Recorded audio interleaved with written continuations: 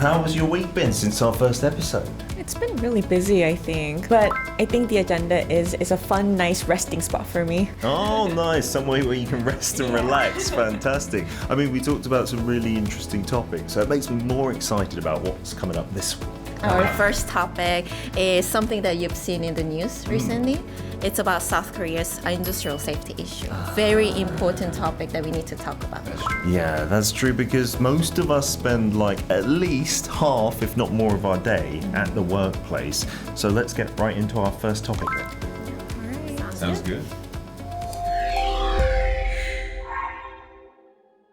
컨베이어 벨트 작업자가 끼어 공사 현장에서 작업자가 추락해 시공 현장에서 발생한 노동자 감전 사고. Tragedies that return again and again. Industrial accidents remain a chronic challenge for Korean society. According to the Ministry of Employment and Labor, as many as 287 people lost their lives at work in just the first half of 2025. Korea's overall fatal industrial accident rate is the second highest among the top 10 OECD countries, 1.6 times the OECD average. How did Korea come to bear the shameful label of an industrial safety laggard? 우리나라의 2024년에 건설업 분야의 사고 사망 만인율은 1.59로 나타나고 있는데 영국에 비해서는 6.6배, 독일에 비해서는 5.5배 정도 높게 나타난다라고 할 수가 있겠습니다. 가장 큰 요인이 뭘까라고 생각을 해보면 바로 원하청 구조에서 그 원인을 찾을 수 있다. 시공사가 이제 1차 하청, 2차 하청, 3차 하청 이런 식으로 도급을 주기 때문에 In response, the Korean government has drawn a firm line. Leading the charge is the president himself, who recalled his own days as a teenage factory worker and sent a strong message that industrial accidents must end. 비용 때문에 안전과 생명을 희생하는 것이라면 그건 정말로 바꿔야 합니다. The Ministry of Employment and Labor followed suit on September 15th, announcing a comprehensive workplace safety plan as a systemic countermeasure. This plan focuses on stronger prevention and tougher penalties, with special attention on sharply increasing the responsibility of the primary contractor or project owner. The tougher penalties focus on economic disincentives. A proposed law would impose a minimum fine of 3 billion won and up to 5% of annual operating profit on any company where 3 or more workers die in industrial accidents in a single year. There are also plans to introduce a new rule that would suspend business operations at workplaces with multiple fatalities in a single year and revoke a company's registration if it incurs 3 such suspensions within 3 years. 앞으로 이제 하청 기업에 산재가 발생했을 경우에 원청이 거기에 대한 책임, 그다음에 거기에 대한 또 예방 의무 이런 것이 더 강화된 측면이 있다라고 볼 수가 있습니다. 이걸 민간과 함께 노사정 대표자 회의를 통해서 현장의 작동성을 높이기 위한 방안에 대한 계획을 마련하겠다는 의지를 천명한 것 자체가 저는 굉장히 중요한 지점이라고 생각합니다. With that, attention turned to a battery plant fire last year that killed 23 people and injured 9, as those responsible were handed heavy prison sentences. The court sentenced the company's CEO to 15 years in prison, the heaviest penalty handed down since the Serious Accidents Punishment Act took effect in 2022. Significantly, the court pointed out that, despite continuing workplace deaths, companies still focus more on post-accident settlements than on prevention. 실제 중대 산업재해가 많이 벌어지는 것은 사실은 50인 미만의 중소기업에서 많이 발생하고 있습니다. 결국은 중소기업에서 벌어지고 있는 이러한 산업재해를 획기적으로 줄일 필요가 있다. 지속적인 그리고 일관되고 안정적으로 이 역할을 추진할 수 있는 행정조직이 필요하거든요. 독립적인 행정조직을 제대로 만들 필요성이 분명히 있다고 생각을 합니다. The government's strong resolve to shed the stigma of being a nation plagued by industrial accidents. As changes begin to take root to ensure workers' safety, we hope for a Korea where everyone can truly feel safe. You know, every time I see these reports about industrial accidents, it really breaks my heart. Especially in this video, we saw that in Korea is particularly a risk case here. And so, it's really sad for the victims, but also for their families and friends. And it really makes us realize that this is something that can happen to anybody. It could even happen to us, right? I hear news is that now companies are trying to cover things up, and then like they're trying to frame it as an individual mistake rather than systematic failure. So, and I'm glad to see the government is now trying to take an action on this, and which should have been done a long time ago. Yes. Yeah, I mean, since the president, the beginning of his term, has really emphasized like labor conditions and safety. When it comes to government's new initiatives, I tend to be pessimistic, but when it comes to this one, I am really believing that something is going to change. Because current president, before his presidency even, he's been working on this issue for a long time. And then just by the fact that he appointed a former labor activist and then railroad worker as the Minister of Labor and Employment really means a lot. And at the same time, in the last few weeks, we actually saw some changes. The public and the private sector has been engaged in serious discussion over multiple working conditions, including introducing 4.5-day work week in Korea. Yes. And at the same time, the issue regarding overwork and then the issue surrounding the inclusive wage system. So I think the real changes are on the way in South Korea. Yeah. You know, in the UK, there's a lot of attention paid to safety measures and preventative training. It's pretty thorough. And they also have this Homicide and Corporate Manslaughter Act that came into play in 2007. So if you die due to a safety failure in the workplace, you can, as a company, be criminally held responsible, even if there's no intent from the management, and there's no upper limit on the fines either. Yeah. You know, that's actually interesting because there's a similar thing in Germany. It's called like the occupational accident physician. And so there's a physician on the site, and any victim that got hurt while they were working, like the physician has to report them. And so it makes it very difficult to, for companies to try to hide this kind of information. And so in many ways, it seems like it's really good. And it also prevents people from trying to hide things too. That's true. I can see that. Yeah, all these initiatives are really pushing companies to prevent these injuries and accidents in the first place. Right. Yeah. And I think in Japan they had a similar problem with Korea. Yeah. They have like death from overwork, Overwork. or I think they call it like Karoshi Yeah. or something like that. Yeah. And they even passed a Karoshi Prevention Act. So now the government is legally responsible for, trying to prevent this. And, I think they're trying to set legal limits for people not to work over 60 hours a week, which is insane. 60 hours a week. Yeah. But it's interesting, it seems like each country, according to their situation, is trying to implement something to improve safety, right? But I'm kind of curious. I mean, for Korea, I don't know if you think like the government is focusing too much on punishment, like heavily punishing those responsible. And do you think if that is the case, would that discourage business activities if the punishment is too heavy? I think we need stronger punishment, to be honest. Not enough. It's not enough. Because here we are trying to talk about like which is more important, like people's life or business profit. I think it shouldn't even be a debate. I think companies should really understand that people's life come first before their business outcome. At the same time, government should hit them hard when they violate these regulations. And look at the Korean case right now. I think the fines are so low, and the companies now see that it's cheaper to just pay the penalties rather than trying to fix the problems. And here, like fixing the problems is not that expensive. It's like the basic thing, providing safety hats and all these like devices, and making sure that there's one or two people like trying to supervise all these safety regulations and then setting up the boundaries.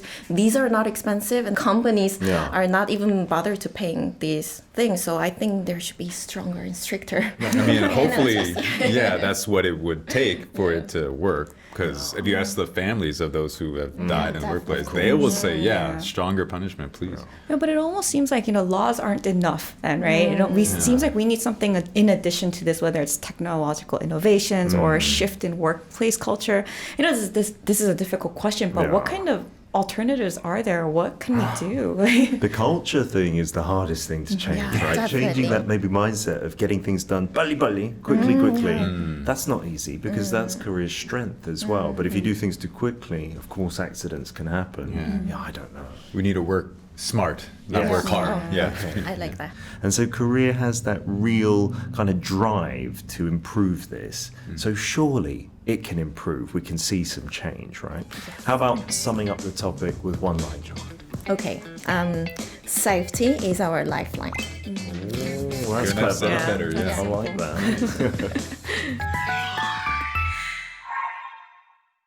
K-pop Demon Hunters. The global sensation of the summer. But the film's real main character lies elsewhere. It is the culture of fandom itself. K-pop Demon Hunters is not just a fantasy about idols. It portrays fandom as another main character, vividly capturing the passion and power they create. 캐대원이 갖고 있는 그 팬덤에 대한 이야기들, 그들이 어떻게 스타들을 지지하고 또 때로는 그들의 마음이 돌아서는지, 팬덤만이 이해할 수 있는 여러 가지 문화나 산업적인 코드 같은 것들이 녹아있기 때문에 단순히 한 영화가 아니라 문화까지도 포괄하는 그런 영화라고 볼 수 있는 것이죠. In the 1990s, fandom was sometimes seen as an intense and even unruly crowd. But things are different now. 이들이 갖고 있는 어떤 긍정적인 역할 같은 것들을 좀 다양하게 담아낼 필요는 있다고 생각해요. 그러니까 아직까지는 작품들에서 그런 모습은 나오지 않았죠. 그동안 K-pop 팬덤이 보여줬던 거는 환경 보호에 앞장선다든지 대중음악의 역사에서 팬들이 그 만드는 회사에 가서 실시간으로 항의의 메시지를 보낸다든지 그런 캠페인을 하는 거는 사실 없었던 일이거든요. 그러니까 이런 부분들은 굉장히 또 긍정적인 변화이기도 하고요. 그리고 정치적인 목소리를 낸다든지 하는 것들, 그동안 미디어가 묘사하지 못했던 이 팬덤의 모습들이 많이 있어요. 앞으로는 그런 것들이 조금 더 정확하게, 그러니까 인류학적인 고찰을 통해서 담겨졌으면 하는 바람이에요. This change is spreading across borders. Overseas fans come to Korea for concerts, visit cafes and merchandise shops, and create a new culture of tourism. In fact, the number of foreign visitors to Korea has been steadily increasing every year. In 2024 alone, about 16.37 million people visited Korea, an increase of nearly 50% from the previous year. And the number is expected to surpass 20 million in 2025. Meanwhile, the power of fandom is expanding into everyday life. One gathering place is the cafe of the virtual group Plave. 안녕하세요. 우리는 Plave. It has become a place where fans can share and create culture together.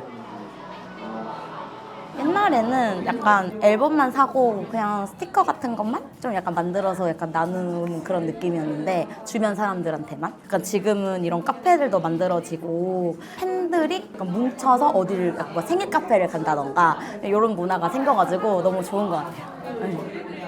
These ordinary moments expand into experiences of communication and connection for fans, becoming a new culture of fandom. Collecting and sharing merchandise has now become an essential part of fandom. Beyond simply buying goods, fans create and consume their own, becoming a driving force that moves the economy. 추억에 쓸 의미가 많이 있는 것 같아요. 뭐 앨범, 포토카드 같은 경우는 그 시즌에만 나오는 애들도 있으니까 그런 거는 그냥 그 시즌을 기억할 수 있고 이제 기념 같은 것들도 여행을 갔을 때 찍었을 때도 같이 저는 사진 제가 찍히는 걸 싫어해가지고 그 순간을 남길 때 얘들을 많이 쓰고 그런 식으로 제가 추억을 기억하기 좋겠다.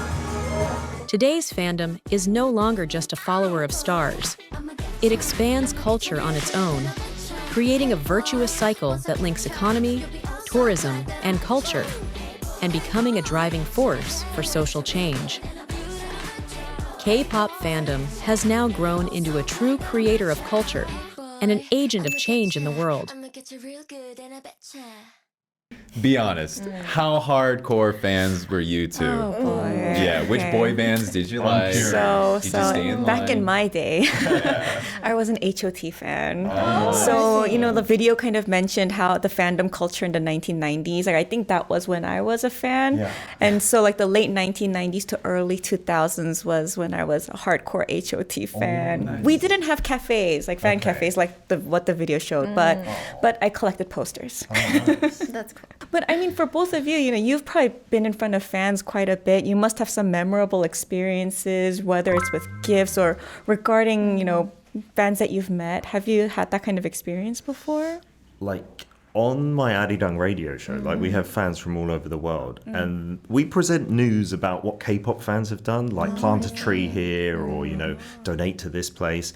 And so for one of my birthdays, it was unbelievable. They donated money in my name to like COVID frontline like health workers. And I was like, that's so nice. Like sometimes they'd send me a gift, but that was much more meaningful because I was like, oh, I kind of did something good, even though you did it on my behalf, but it's got my name on it. So I felt amazing. Yeah. And now I hear these stories, and you know, this K-pop fandom spending becomes part of our daily lives. And then after a big success of K-pop Demon Hunters, we see sales increase in even convenience store in South Korea to foreign visitors.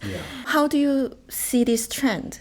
You know, all this merchandise we talked about, you know, the collaborated merchandise are selling out. For my daughter, we watched the film together and she loved it. She's into K-pop. Her favorite group is IVE. So she's bought like so many albums. So I love the positivity around this consumption, but my bank account does not agree. Because like for an IVE album or even Plave, I'm assuming, you have different versions per member and they're all collectibles, right? They're the same songs and the same album. So from an old man's point of view, it's like, what? That's the same album. But you get a different photo card, and then like we saw in there, you swap it as well, and that's free to do. So you meet other fans, and then that builds up some camaraderie and things like this. Yeah, but I mean, it kind of shows how this is no longer just a cultural thing. It is really a huge part of the economy now as well. And we can really see that through, you know, whether or not this cup ramen has K-pop Demon Hunters on it or not, and just the amount of consumption that's going in. And I've seen like some cross-border collaboration with fan groups, right? They will club together and then help charitable causes like children with cancer or low-income families, things like that, which is only a positive thing, things to help the environment too, right? And so when I see that, I wonder what you think about fandom and its influence on like culture, but global movements as well. Like, can it be this big force for good? I think so, yeah, for sure. And I think because it's this is something that all cultures around the world can share. It's just the same thing, and they can kind of feel close together, and they can relate to each other, even if they come from a different culture, speak a different language, but they can all relate. So I don't know, what do we need to do to keep this fandom going? How do we don't let the party stop? Yeah, that's a good question, because like some groups, you know, they last a long time, and I guess the fandoms and their behaviors might change. But I think a lot of the K-pop things, especially like BTS members, I think they actually initiated it saying, don't give me these gifts, you know, let's do it for a greater good. And they would donate themselves, and then the fandom would like follow. So I think it's quite important, in the case of K-pop and individuals, be a good example, like the actual star, and then people kind of follow along. They are cultural ambassadors in a way, so I mean, it makes sense. Yeah. Peter, I mean, if you were to kind of sum up everything regarding K-pop Demon Hunters. Okay. He's the expert. Do I need to sing? Preferably. No, preferably not once you hear my singing. I would say that, yeah, fandom can be the heart of culture. Yeah.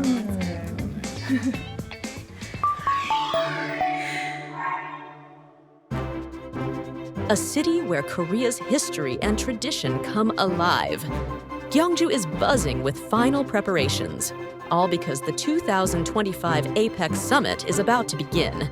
Founded in 1989, APEC is a 21-member Asia-Pacific economic forum, pursuing shared growth through free trade and investment.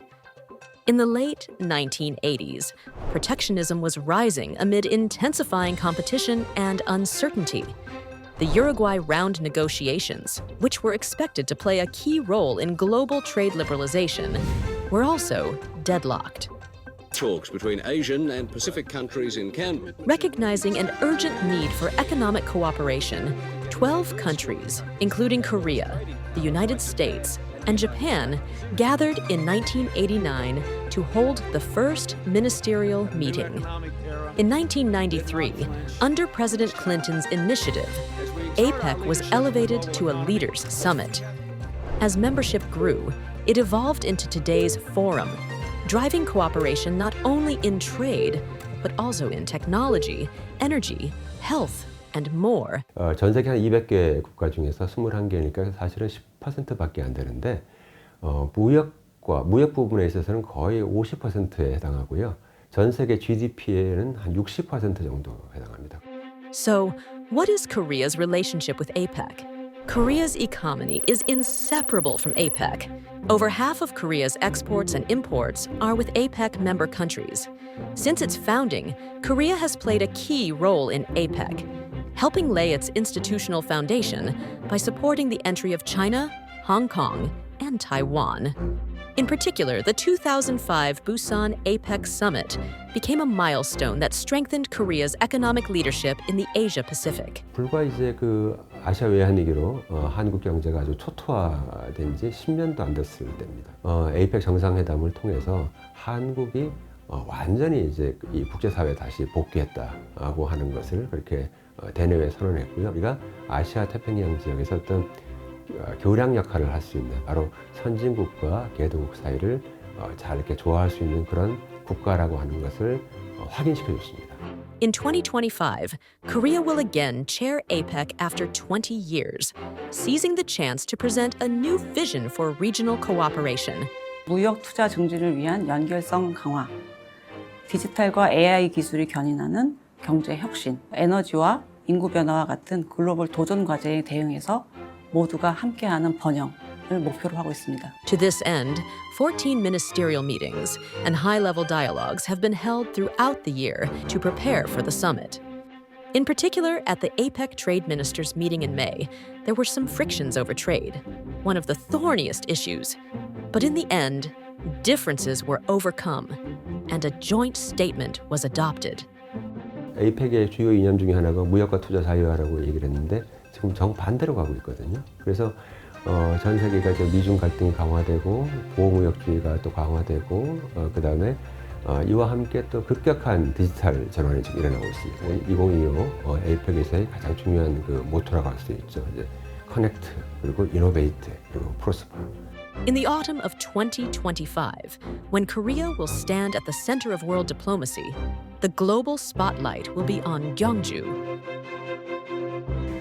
Wow, it looks like the preparations are like in full swing down in Gyeongju. Gyeongju. I want to be invited. Yeah, let's go.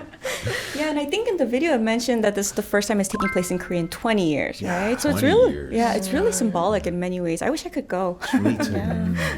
Yeah, just picturing all the world leaders going to Gyeongju. Yeah, I think that's actually something special. Sure, Yeah. that historical value. right? Exactly, yeah. Yeah, but I think what's most symbolic about this one is that both President Trump and President Xi Jinping are going to be here, right? Which is saying a lot considering the current political climate. Huge deal. Yeah. And they're both going to be here for the first time in 13 years. So I'm very curious to see what's going to be happening. Yeah, that's Yeah. true. Right? That's true. Both the Chinese and American leader on Korean soil. Yeah. That's a big deal. Yeah. The issue is that China is pushing back hardest against like American tariffs, right?